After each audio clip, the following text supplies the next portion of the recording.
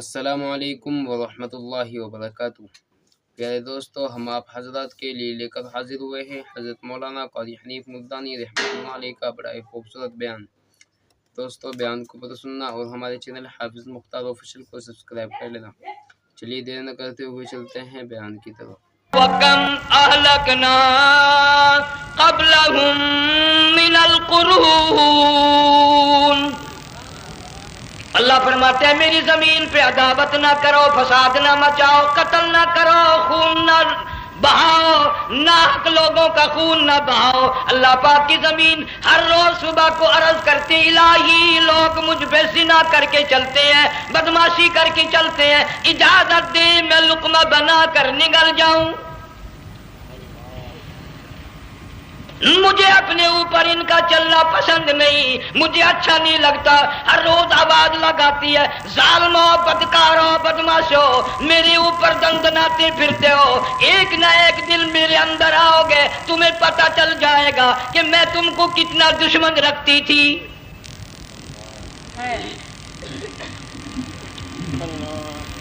آج لوگ آزاد ہو گئے، جو کسی کی سمجھ میں آتا ہے وہی بکتا ہے، جو سمجھ میں آتا ہے وہی کرتا ہے، نہ کوئی راہ متعین رہی، نہ کوئی مسلک رہا، نہ کوئی بات رہی۔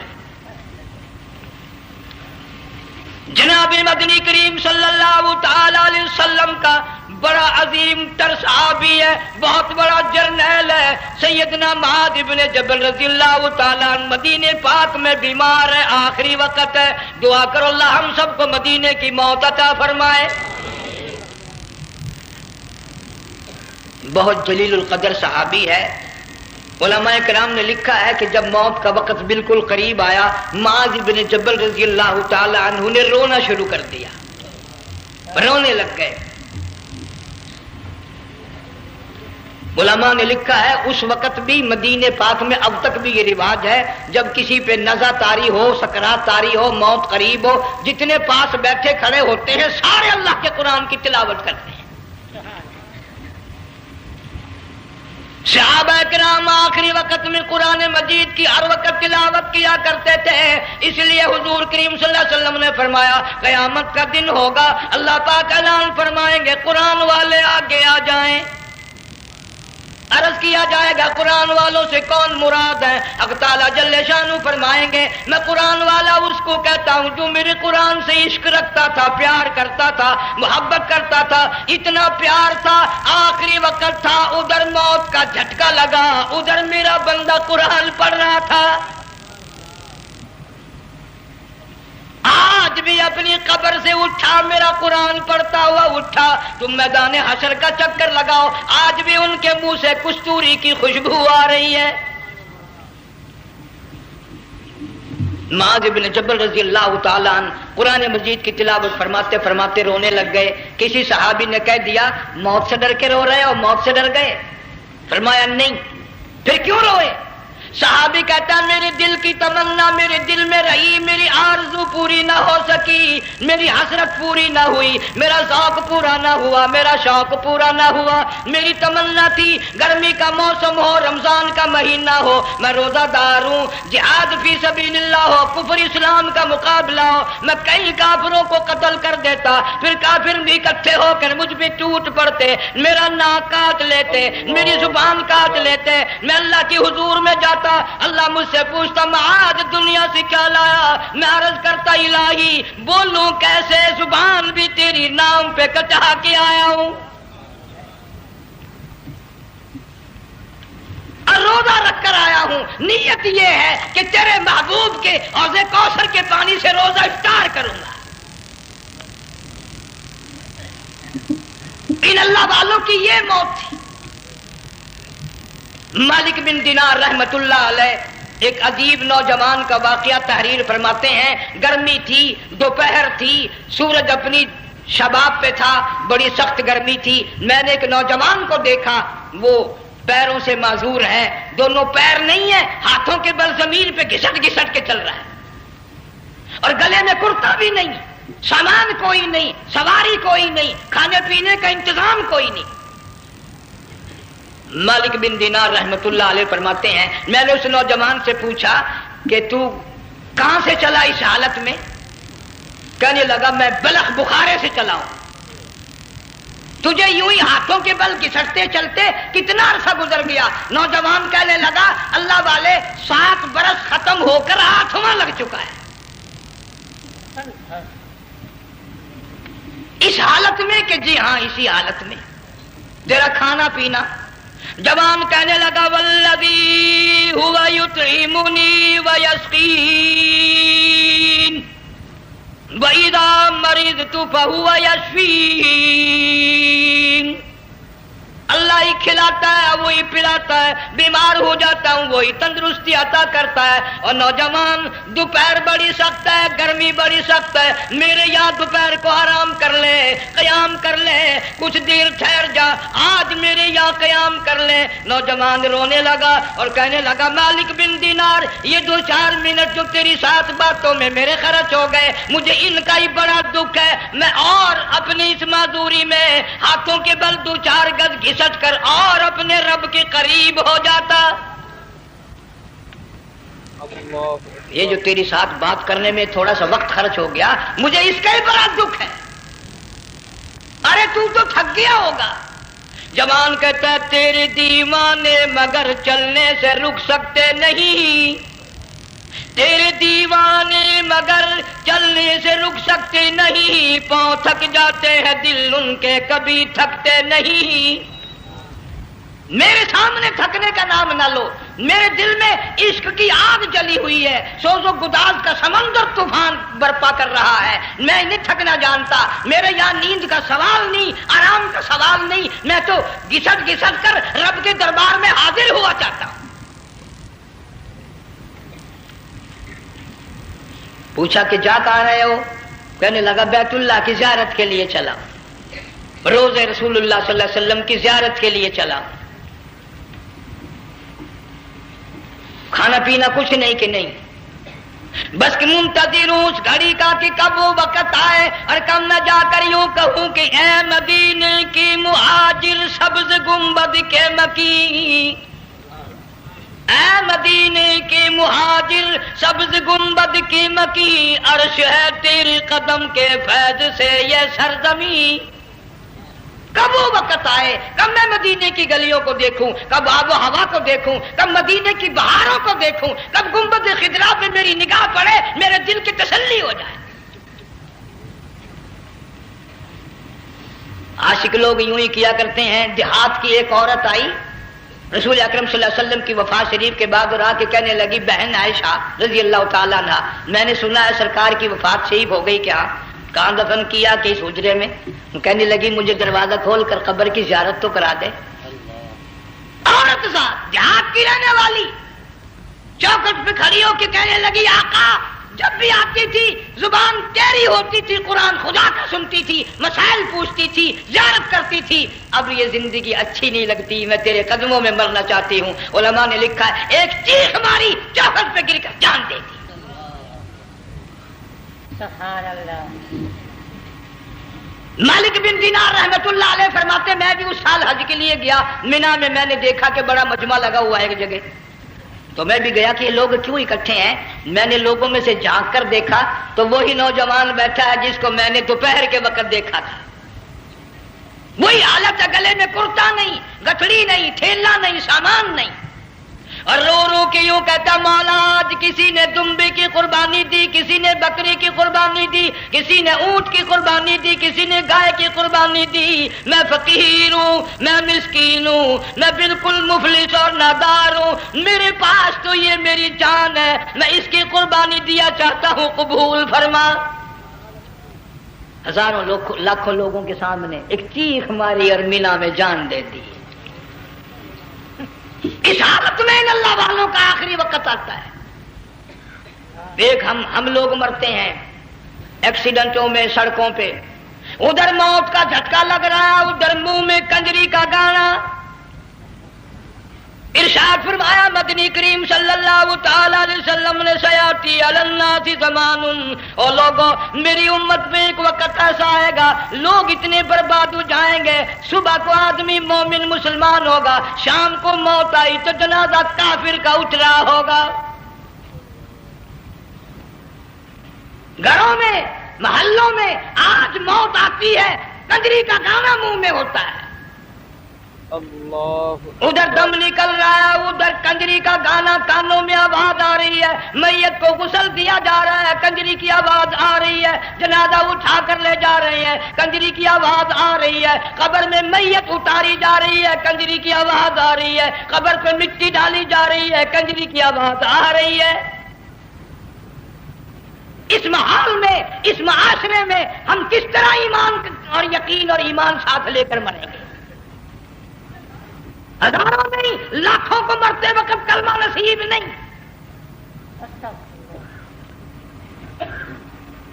قسم دے کر پوچھو، ماں مر رہی ہے، کلمہ منہ سے نہ نکلا، باپ مر گیا، منہ سے کلمہ نہیں نکلا، بیگم صاحبہ چل بسی، منہ سے کلمہ نہیں نکلا۔ ہزاروں چلے گئے اور اپنے جانے کا پھر بھی یقین نہ آیا۔ تم نے کبھی سوچا تک نہیں، خیال تک نہیں کیا؟ ارشاد فرمایا مدنی کریم صلی اللہ تعالی علیہ وسلم نے اور لوگوں ابو ہریرہ رضی اللہ تعالیٰ عنہ سے پوچھا تو کیوں رویا؟ عرض کرنے لگا میرے آقا اتنی کمزوری کبھی نہ دیکھی، اتنی ضعیفی کبھی نہ دیکھی، اتنی ناتوانی کبھی نہیں دیکھی، چہرہ انور بالکل کمزور ہو گیا۔ آپ نے ٹھنڈا سانس لے کر فرمایا ابو ہریرہ تجھے معلوم نہیں موت بالکل قریب آ گئی، بالکل قریب آ گئی موت۔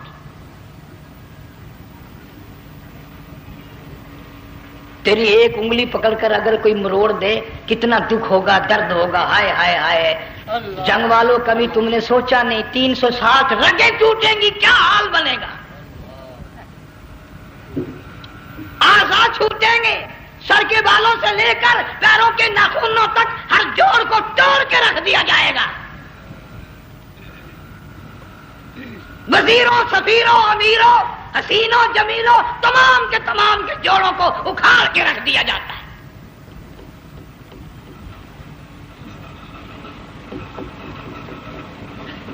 پروگرام تک نہیں مرد عورتوں کا کہ یہ دنیا کسی کی نہ بنی، قبر میں آخر جانا ہی جانا ہے۔ علماء کرام نے لکھا ہے کہ حضرت عیسیٰ علیہ السلام کے پاس لوگ آئے اور کہنے لگے نئی نئی قبروں سے مردے زندہ کر کے دکھاتے ہو، آؤ ہم ایک پرانی قبر پہ لے کے چلتے ہیں، مردہ زندہ کر کے دکھاؤ۔ عیسیٰ علیہ السلام تشریف لے گئے، فرمایا کم باذن اللہ، ایک نوجوان زندہ ہو کر قبر سے نکل کر سامنے آ کر کھڑا ہو گیا۔ عیسیٰ علیہ السلام نے پوچھا تو کون ہے؟ وہ کہنے لگا میرا نام سام ہے، میں حضرت نوح علیہ السلام کا بیٹا ہوں۔ تو پیغمبر کا دماغ تو پیغمبر کا ہوتا ہے نا۔ فرمایا تجھے تو بڑا عرصہ قبر میں گزر گیا، کتنے ہزار سال قبر میں گزر گئے؟ کہ جی ہاں۔ عیسیٰ علیہ السلام نے فرمایا یار ملاقات تو اللہ نے کرائی دی، قبر کا کچھ حال تو بتا کیا بنتی ہے، قبر کا کچھ ماحول بتا، قبر کی خبر بتا۔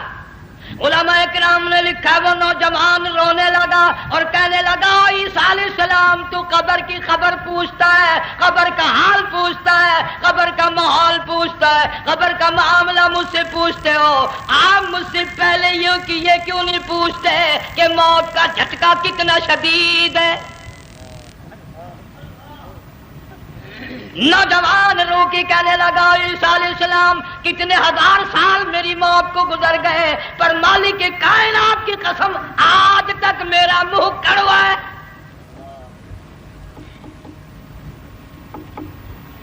اس لیے جنگ والوں لمبی چوڑی بات کہنے کا وقت نہیں، حالات نہیں، میں تو تمہیں اتنا سا پیغام دینے آیا، کھانے پینے کا زمانہ ہے، میں جانتا ہوں تم کیلے کھاتے ہو، تمہیں کیلے کا ذائقہ معلوم ہے، امرود کا ذائقہ تم کو معلوم ہے، انار کا ذائقہ تمہیں معلوم ہے، انگور کا ذائقہ معلوم ہے، انناس کا ذائقہ معلوم ہے، آم کا ذائقہ معلوم ہے، ہزاروں پھلوں کے ذائقے تمہیں معلوم ہے، ہزاروں مٹھائیوں کے ذائقے تمہیں معلوم ہے، ہزاروں بیکری کی چیزوں کے ذائقے تمہیں معلوم ہے، ہزاروں شربتوں کے ذائقے معلوم ہے، پر تم نے جنگ والوں کبھی بھی قبرستان میں جا کر قبر والوں سے یہ نہیں پوچھا او قبر والوں ذرا بتاؤ تو صحیح موت کا ذائقہ کیسا ہے؟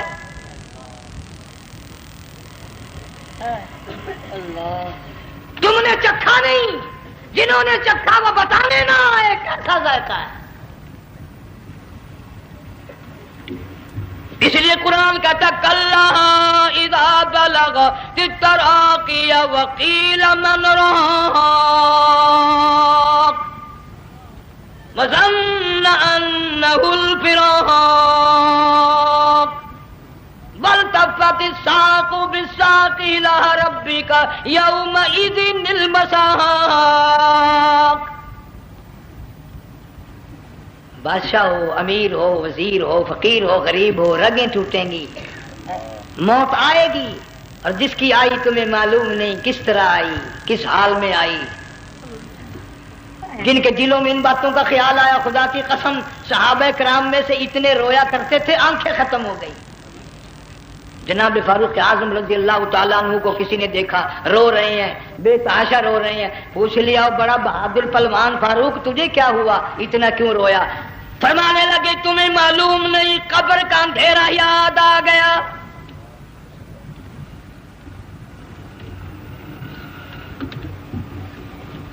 ایک 1,29,000 صحابہ کرام اس آخرت کے لیے قربانیاں دیتے آئے، اولاد کی قربانی دی، مال کی قربانی دی، جان کی قربانی دی، جو کرنا پڑا وہ کر گزرے، لیکن محمد عربی صلی اللہ علیہ وسلم کا دامن نہ چھوڑا. اللہ اکبر. اسی لیے ہر سال اللہ پاک جل شانہ نے اس امت کو یہ موقع دیا کہ سنت خلیل پہ عمل کرتے کرتے قربانیوں کی یاد تازہ ہو جائے، قربانیوں کی یاد تازہ ہو جائے. قرآن کریم میں جا بجا ابراہیم علیہ السلام کا اللہ پاک نے ذکر خیر فرمایا، یوں فرمایا ہم نے ان کے بڑے امتحان کیے، بڑی آزمائش کی، وہ ساروں میں کامیاب ہوئے. تم ہر وقت اللہ سے یہ دعا کیا کرو اللہ ہمیں امتحان میں نہ ڈالے، آزمائش میں نہ ڈالے، ہم امتحان کے قابل نہیں. یہ ہمارے جو امتحان ہوتے ہیں ان میں نقل ماری جاتی ہے، تو اللہ امتحان لے گا تو نقل کیسے ماریں گے، کیسے کام چلے گا؟ جناب ابراہیم علیہ السلام کو اللہ پاک نے ہزاروں امتحان میں مبتلا کیا، ہزاروں آزمائشیں کی، فَأَتَمَّهُنْ سب میں کامیاب گیا، سب میں پاس نکلا. ایک آزمائش ایسی بھی آئی اللہ کی توحید کی وجہ سے، شرک کو مٹانے کی وجہ سے ابراہیم علیہ السلام کا سارا مصر فلسطین دشمن بن گیا. حضرت سارہ کو ساتھ لے کر چل دیے، ایک بیوی ساتھ ہے اکیلا دم میں. یہاں تو لوگ محلوں میں شہروں میں کہتے ہیں جی میں اکیلا ہی ہوں، میں کیا کروں. اگر خلیل کہتا کہ میں اکیلا ہوں تو آج قرآن میں اس کا ذکر خیر کیسے ہوتا؟ پرواہ نہ کی، وہ کہتا میرے لیے میرا اللہ کافی ہے. کون کہتا ہے میں اکیلا ہوں، میری ساتھ تو اللہ ہے. مصر سے گزرنے لگے، بادشاہ کے ملازموں نے بادشاہ کو جا کے بتایا بڑی خوبصورت عورت گزر رہی ہے تیرے حلقے سے، بہت بڑی خوبصورت عورت ہے. کہ ملازم پکڑ کے لے کے چلے تو عورت ساتھ ہے، حضرت سارہ رونے لگ گئی. خلیل میرا کیا بنے گا؟ پیغمبر کو اللہ کی ذات پر بڑا یقین ہوتا ہے، فرمایا پرواہ نہ کر، میری آبرو میرے مولا کی آبرو ہے، چاہے جہاں چلی جا میری عزت کی حفاظت میرا اللہ کرے گا. فرمایا فاللہ خیر حافظا وہو ارحم الراحمین.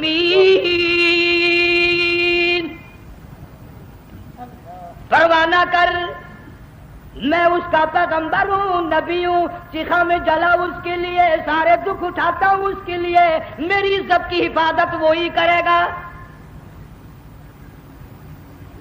محل میں جا کر حضرت سارہ کو بند کر دیا. بادشاہ نے بلوایا ہے عزت لوٹنے کے لیے، بادشاہ نے پکڑوا کر منگوایا ہے آبرو برباد کرنے کے لیے. بادشاہ کا ارادہ ہے سارا کی عزت کو برباد کرنے کا، اور اللہ کا پروگرام ہے سارا ادھر آ، اس محل میں ایک معصوم بچی ہے جس کا نام ہاجرہ ہے، میں اس کو اتنا پسند کرتا ہوں، اللہ فرماتے ہیں اس کے پیٹ سے اسماعیل ذبیح اللہ کو پیدا کرنا چاہتا ہوں، اس کی نسل سے حبیب اللہ کو لانا چاہتا ہوں. آج تک کسی کی انگلی اس کی طرف نہیں اٹھی. سارا محل میں آؤ، اس کو آ کر ساتھ لے جاؤ تاکہ میرے ذبیح اللہ کی پیدائش کا معاملہ بن جائے. بادشاہ کا ارادہ ہے آبرو برباد کرنے کا، اللہ کا ارادہ ہاجرہ کی آبرو بچانے کا. فرمایا وَيَمْكُرُونَ وَيَمْكُرُ اللَّهُ وَاللَّهُ خَيْرُ الْمَاكِرِينَ۔ اس نے بھی تدبیر بنائی، میں خدا نے بھی تدبیر بنائی۔ بادشاہ آیا حضرت سارہ کے قریب برائی کا ارادہ کر کے۔ مفسرین نے لکھا ہے حضرت سارہ نے فرمایا مجھے 2 رکعت نماز پڑھنے دے۔ یہاں سے پتہ چلا کوئی پاک دامن عورت، کوئی نیک بیٹی اگر غنڈوں میں بدماشوں میں پھنس جائے، عزت بچانے کا طریقہ یہ ہے وضو کر کے اللہ کے سامنے نیت تو باندھ، تیری عزت کے لیے وہ فرشتے بھیجے گا۔ علماء کرام نے لکھا ہے کہ ایک جہاز سمندر میں چل رہا ہے، طوفان آیا، جہاز تختہ تختہ ہو گیا، کچھ لوگ غرق ہو گئے، ڈوب گئے، کچھ تختوں پہ بہ کر کے چلنے لگے۔ ایک عورت گود میں بچہ ہے، ایک حبشی نوجوان دوسرے تختے پہ بیٹھا ہوا جاتا ہے۔ اس نے عورت اکیلی دیکھ کر اپنا تختہ چھوڑ دیا اور بدماشی کے ارادے سے عورت کے تختے پہ آ بیٹھا۔ تم جنگ والے سوچ رہے ہوگے کہ ڈوبتے وقت بھی باز نہ آئے، یہ سیلاب آتے ہیں لوگ بدماشیوں سے باز آئے؟ ڈوب گئے مگر باز نہ آئے، بغیرتی لوگ کرتے ہی رہے۔ علماء کرام نے لکھا حبشی نوجوان نے عورت کا بچہ چھینا سمندر میں پھینک دیا۔ عورت روئی اور کہنے لگی میرے اللہ بیٹھی رہتی ہوں، عزت جاتی ہے، حرکت کرتی ہوں، ڈوب جاؤں گی۔ میں نے سنا ہے سمندر کی گہرائیوں سے تو نے یونس علیہ السلام کی سنی تھی، میں تو پانی کے اوپر بہ رہی ہوں، مولا میری آبرو بچا، میرا ایمان بچا، میری عزت بچا، تیرے سوا میری سننے والا کوئی نہیں، لا الہ الا انت سبحانک انی کنت من الظالمین۔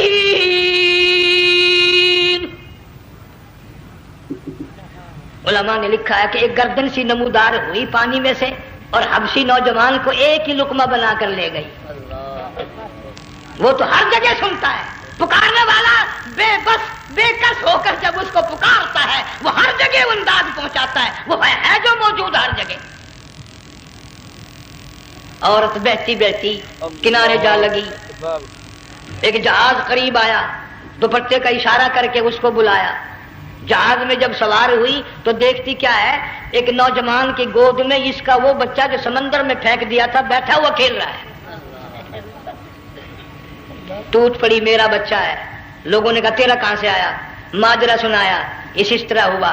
جہاز کے کپتان نے کہا ہم جہاز لے کر آ رہے تھے، غیب سے آواز آئی جہاز ادھر کو لے آؤ ورنہ ڈبو دیے جاؤ گے۔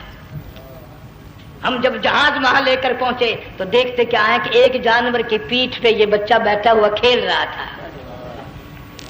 عزت بھی بچی، ایمان بھی بچا، بچہ بھی بچا، اور کوئی بچانے کے لیے تدبیر کرے جبھی نا۔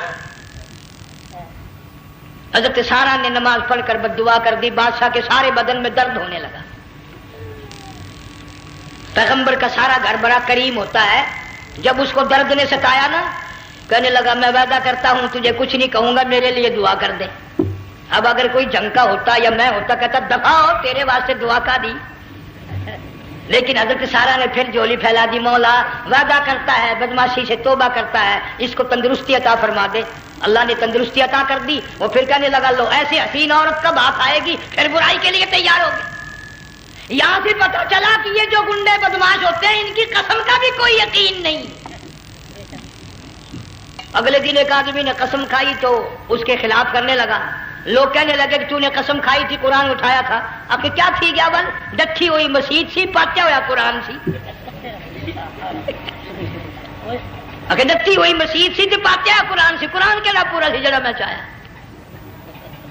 مگر اسے یہ معلوم نہیں کہ تو نے تو پاڑیا قرآن اٹھایا، ڈٹھی ہوئی مسجد میں اٹھایا، خدا کا جب غضب آئے گا تو وہ ادھورا نہیں آئے گا،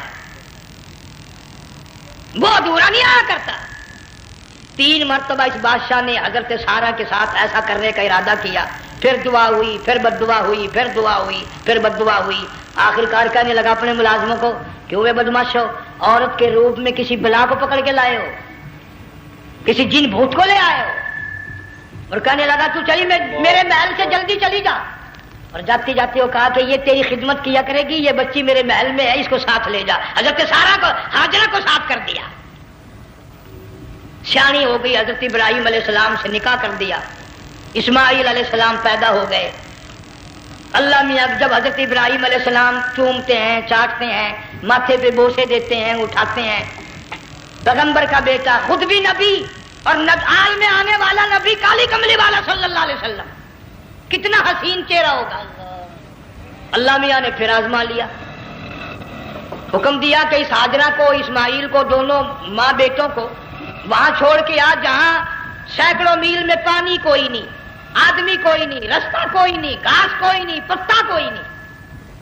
جہاں بیت اللہ ہے یہاں کے بارے میں حکم دیا، چھوڑ کے آ. اور اگر آپ کو نیند نہیں آئی تو مزہ آئے گا.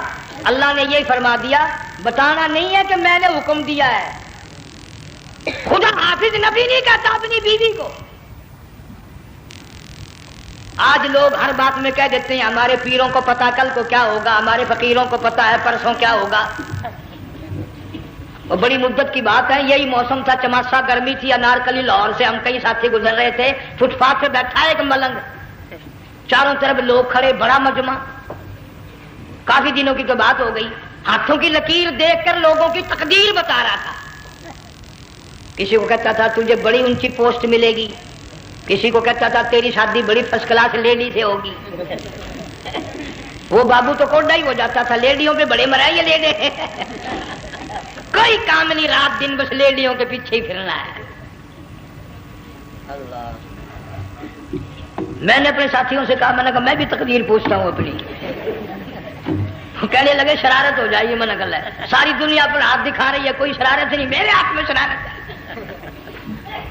1 روپیہ لے رہا تھا وہ، میں بھی لوگوں میں گھساتا بھیڑ میں سے اوپر نیچے ہی ہوتا میں بھی پہنچ گیا. اور دونوں گھٹنے میں نے زمین پہ رکھ دیا، روپیہ ہاتھ میں نے اس کے ذکر کہا، میں کہ ملنگ جی اگر اب ویکھیا میری شادی ہو جائے گی کہ نہیں. اب اس نے دیکھ کے میری طرف کہنے لگا، اس نے سوچا کہ یہاں اچھے بھلے کو نہیں ملتی پاکستان میں، اسے کون دے گا. اچھی طرح میرا ہاتھ دیکھا بھی نہیں، جھٹک کے کہنے لگا نہیں تیری شادی نہیں ہونی ہے. میں کیا کھوتے تیرے باپ کے 8 بچے کھیل رہے ہیں.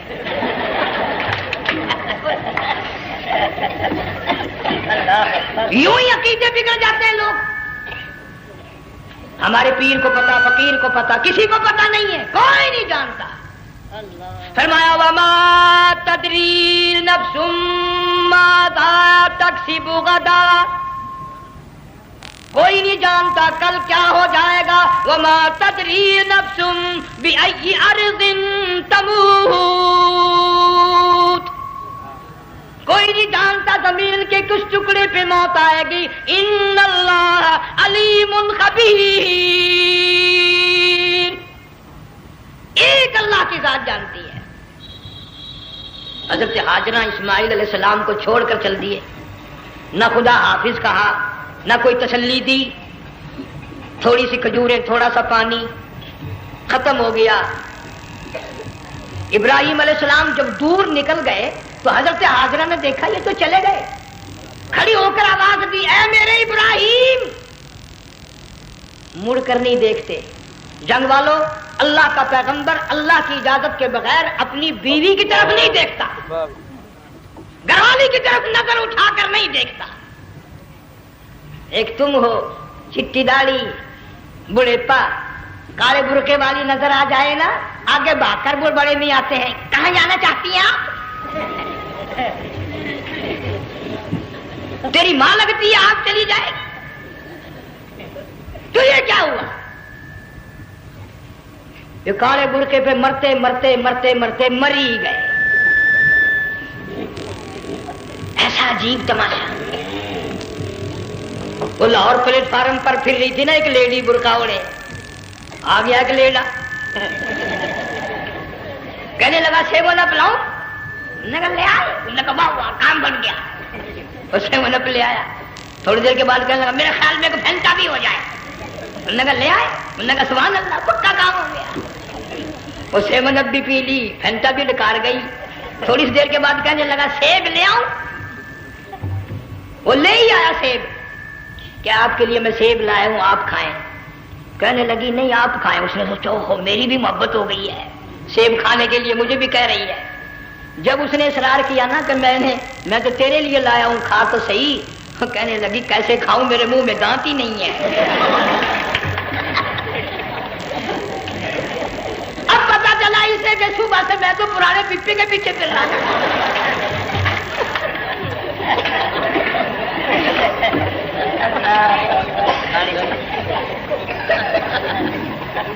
صرف برقع دیکھا چل دی.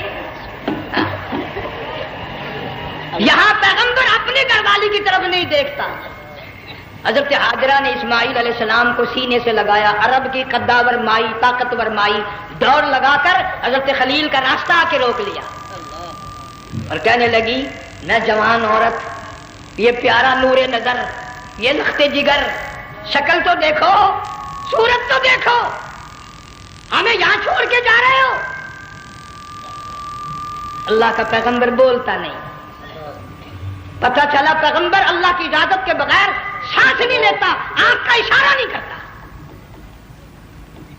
حضرت حاجرہ رونے لگ گئی، میرے خلیل، میری ابراہیم، میرا قصور بتاؤ، میرا جرم بتاؤ، میری خطا بتاؤ، میرا گناہ بتاؤ، معافی چاہوں گی، معذرت کروں گی. اس بچے کا کیا گناہ ہے اس میدان میں چھوڑ کے چلے ہو؟ بولتے نہیں ہیں، اللہ کی طرف سے بولنے کی اجازت نہیں ہے. حضرت حاجرہ نے خود ہی قیاس لگایا، سوچتی ہیں پیغمبر تو کسی پہ ظلم نہیں کرتا. وہ کہنے لگی خلیل کہیں اس رب کا حکم تو نہیں، کہیں اس اللہ کا یوں حکم تو نہیں؟ جنگ کے لوگوں اگر خلیل ہاں کہہ دیتا تو کیا حرج تھا؟ ہاں نہیں کہتا، اجازت نہیں، تاکہ حاجرہ کے یقین ایمان کا امتحان مکمل ہو. مفسرین نے لکھا ہے کہ حضرت ابراہیم علیہ السلام نے سر کا یوں اشارہ کیا، بس ذرا سا ہاں. پھر عورت کا ایمان دیکھ، یقین دیکھ، یہی نہ بیٹھی، دوڑ کے وہاں گئی ہے جہاں پہلے بٹھا کر آئے تھے اور کہنے لگی ابراہیم جاؤ، میں جانوں میرا رب جانے، پرواہ نہیں. راتیں آتی ہیں چلی جاتی ہیں، دن آتے ہیں گزر جاتے ہیں. تھوڑی سی کھجوریں تھی وہ ختم ہو گئی، پانی ختم ہو گیا، بھوک اور پیاس نے بے چین کر دیا. اسماعیل علیہ السلام کی اتنی لمبی زبان باہر نکلا. دو پتھر کھڑے کر کے اوپر ایک پتھر رکھ کر چھاؤں بنائی، اس کے نیچے لٹا دیا اور پھر چکر لگایا. کبھی صفا پہاڑی پہ چڑھتی ہے، کبھی مروہ پہاڑی پہ چڑھتی ہے، کبھی اترتی ہے اور ڈھلوان میں سے بھاگ کر چلتی ہے. جب اپنا بچہ نظر نہیں آتا سارے کہہ دو اللہ بڑا بے نیاز ہے، اللہ بڑا، زور سے کہو اللہ بڑا. کسی کے 500 سال کے سجدے رد، کسی کی ہزاروں سخاوت صدقات رد، کسی کی چال منظور، کسی کی رفتار منظور، کسی کی ٹول منظور. اور یوں فرمایا حاجرہ میری رحمت کی تلاش میں آج جو تو نے دوڑ لگائی ہے، یہ تیری چال ڈھال رفتار ٹور ہمیں اتنی پسند آ گئی، اتنی پسند آ گئی کہ آج کے بعد خلیل اللہ کیوں نہ ہو، ذبیح اللہ کیوں نہ ہو، کلیم اللہ کیوں نہ ہو، روح اللہ کیوں نہ ہو، حبیب اللہ کیوں نہ ہو، صحابہ کرام کیوں نہ ہو، قطب ابدال غوث کیوں نہ ہو. میری حاجرہ مجھے اپنی کبریائی کی قسم جب تک وہ تیری چال چل کے نہ دکھائے گی حاجی کا لانے کا حقدار نہیں ہو سکتا. تیری رفتار اسے چلنی پڑے گی. فرمایا ان الصفا والمروہ من شعائر اللہ فمن حج البیت او اعتمر فلا جناح علیہ ان یطوف بہما ومن تطوع خیرا فإن اللہ شاکر علیم. 7ویں چکر میں آواز سی آئی، اب رو پڑی حضرت حاجرہ. کہنے لگی میرا بچہ اگر چل بسا میں پھر کیا کروں گی؟ سن لی میں نے آواز. آپ کی کیا دیکھتی ہے؟ اسماعیل علیہ السلام کی نرم و نازک ایڑیاں جس زمین پہ رگڑی گئی تھی وہاں سے چشمہ جاری کر دیا. حضرت حاجرہ نے پی لیا، بھوک بھی ختم ہو گئی، پیاس بھی ختم ہو گئی، بچے کو بھی پلایا. اللہ تعالیٰ نے خانہ کعبہ کی بنیاد ڈال دی، ایسے گھر کی بنیاد ڈالی. حضور صلی اللہ علیہ وسلم فرماتے ہیں 500 سال کی عبادت ایک طرف اور بیت اللہ پہ ایک نگاہ یوں ڈالنا ایک طرف. 500 سال کی عبادت کا وہ ثواب نہیں جو ایک نظر خانے کعبہ پہ ڈالنے کا ثواب ہے۔ اور اللہ پاک یوں فرماتے ہیں کہ جو آنے والا حجر اسود کو بوسہ دیتا ہے، اللہ پاک یوں فرماتے ہیں میں سمجھتا ہوں میرا سجا ہاتھ پکڑ کر میرے بندے نے چوم لیا۔ جو غلاف کعبہ کو پکڑ کر مانگتا ہے، اللہ فرماتے ہیں میں یہ سمجھتا ہوں میرا دامن پکڑ کے مانگ لیا۔ جو مقام ملتزم پہ لپٹ کے مانگتا ہے، اللہ فرماتے ہیں میں سمجھتا ہوں میری چوکھٹ پہ پڑھ کے مانگ لیا۔ اور فرمایا لوگوں یہ جو آنے والے آئے ہیں یہ رشتہ داروں کے مہمان نہیں، عزیزوں کے مہمان نہیں، دوستوں کے مہمان نہیں، میں خدا میزبان ہوں، یہ میرے مہمان ہیں۔ آج ان کی دعاؤں پہ آمین کہو، فرشتوں کو حکم ہوتا ہے ان سے مصافحہ کرو۔ مگر اللہ تعالیٰ سب کو توفیق دے کہ حج مکمل کر کے آئیں اور سب کا حج قبول فرمائے۔ میرے علاقے میں کئی سالوں کی بات ہے پرانی، جب کوئی حاجی تھا، ایک آدمی حج کر کے آیا، میں دوپہر کو اس کو ملنے گیا تو زور کی نماز کا وقت آیا، میں اٹھ کے چلا گیا نماز پڑھنے۔ پھر عصر کی نماز کا وقت آیا، میں اٹھا اور نماز پڑھ کے آ گیا۔ میں نے اس حاجی کے لڑکے سے پوچھا، میں نے کہا حاجی صاحب نے نماز یہیں پڑھی؟ تو کہنے لگا جی ابھی شروع نہیں کی، سفر کے تھکے ہوئے ہیں نا، 2-4 دن کے بعد شروع کریں گے۔ شکر ہے پہلے لوگ جھوٹ نہیں بولا کرتے تھے، ہاں آج کل کا ہوتا ہے نا تو وہ کہہ دیتا ہے جی یہ تو کئی وقت کی کچھی پڑھ کر بیٹھے ہیں۔ تو پھر مولوی تھا نا، میں بیٹھ گیا حاجی کے پاس، باتوں میں اس کو لے آیا، یہی میں نے کہا حاجی صاحب نماز نہیں پڑھی؟ کہنے لگا آپ ہی لوگوں سے سنا ہے کہ بیت اللہ میں جو ایک نماز پڑھے 1,00,000 کا ثواب ملتا ہے، مسجد نبی میں جو ایک نماز پڑھے 50,000 کا ثواب ملتا ہے، 4 مہینے پڑھ کے آیا، وہ حساب لگا لو۔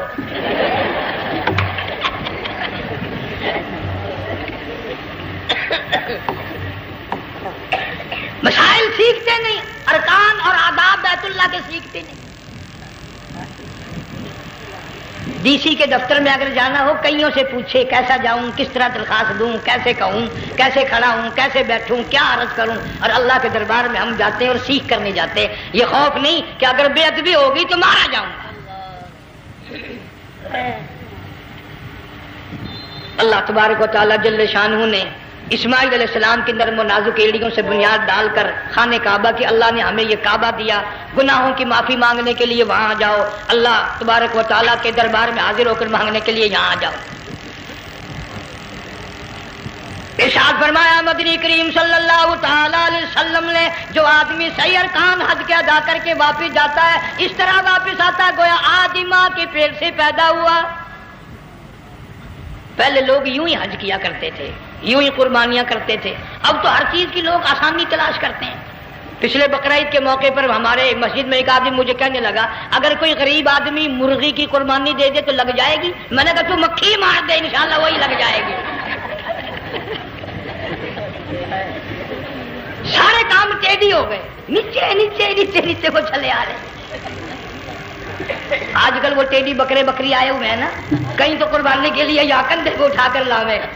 اب بتاؤ یہ گوشت بنتے گا یا کھاوے گا یا فریج میں رکھے گا، کیا کرے گا؟ بالکل کام بگڑ گیا۔ حضور صلی اللہ علیہ وسلم نے فرمایا قربانی کا جانور اچھا تلاش کر کے لاؤ، اس کے بدن پہ جتنے بال ہوتے ہیں اتنی نیکیاں لکھی جاتی ہیں۔ اور میرا موضوع نہیں، حضور صلی اللہ علیہ وسلم نے فرمایا کہ میں نے اللہ سے دعا کی تھی میری امت کا کیا بنے گا، پل صراط پہ سے گزرتے وقت اللہ تعالیٰ نے میری دعا کو قبول فرما کر یوں فرما دیا کہ تیری امت جو قربانی میں جانور ذبح کرے گی میں خدا پل صراط کے کنارے پر زندہ کر کے ان سب جانوروں کو سواریاں بنا کر پیش کر دوں گا۔ اس لیے بقرعید بالکل قریب آ گئی، ہر دین ایمان اسلام کے لیے قربانی کے لیے تیار رہو۔ زیادہ سے زیادہ مجھے آج کل فکر لگا ہوا ہے کہ اپنے گھروں کو میں نماز کا اہتمام کرو۔ آج حال یہ بنا ہوا ہے کہ اگر گھر والی کی گود میں موت آئی تو گھر والی بے نماز، دھی کی گود میں موت آئی دھی بے نماز، بہن کی جھولی میں موت آئی بہن بے نماز، بیٹے کی گود میں موت آئی بیٹا بے نماز، بھائی کی گود میں موت آئی بھائی بے نماز۔